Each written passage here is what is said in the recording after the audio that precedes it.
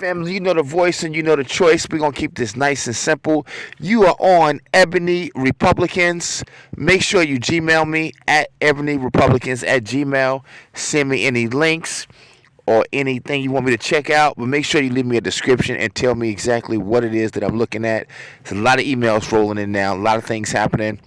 Guys, now I want y'all to remember something. I'm out here in Texas. Specifically, I spent a lot of time in Fort Worth in between Dallas and I passed through DeSoto.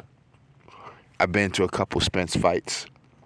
Last one with Udanis Ugas and Errol.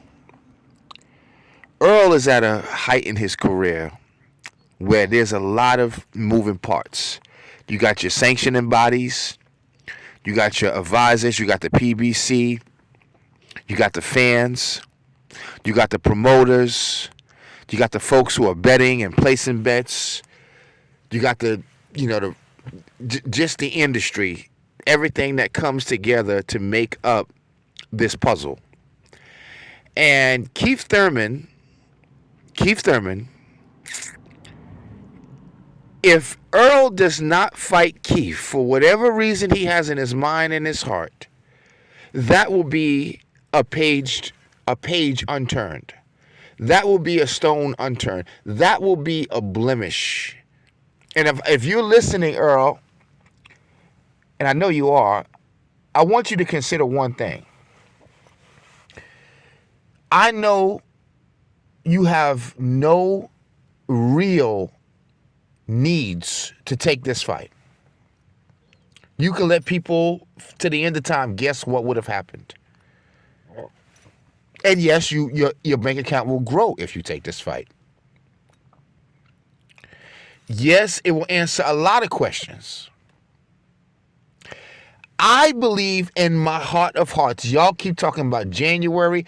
Errol thinking it's going to happen in January. February, March. I'm going to tell you something that I did not want to believe. Terence Crawford honestly believes in his heart of hearts that he cannot beat Errol the Truth Spence Jr. He is playing us worse than anything I've ever seen in combat sports. And it's a shame, and he should be stripped.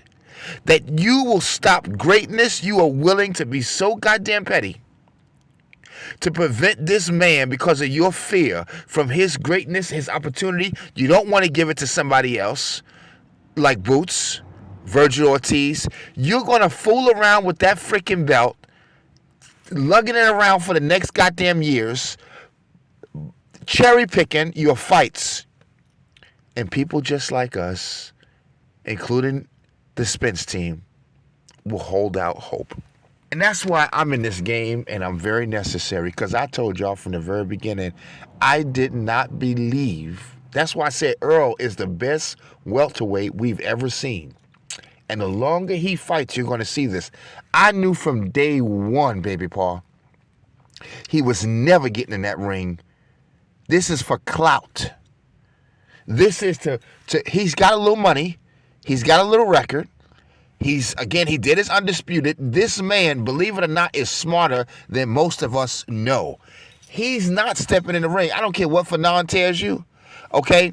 I don't care what Boxing Ego says, which is he's great content. I don't care what Blue Bloods tell you. I'm telling you for a fact, Terence Bud Crawford will never, ever, ever step in the ring for more than one purposes, because of Mayweather and because of him. He refused for Errol to get that strap and help him move up to the greatest welterweight of all times.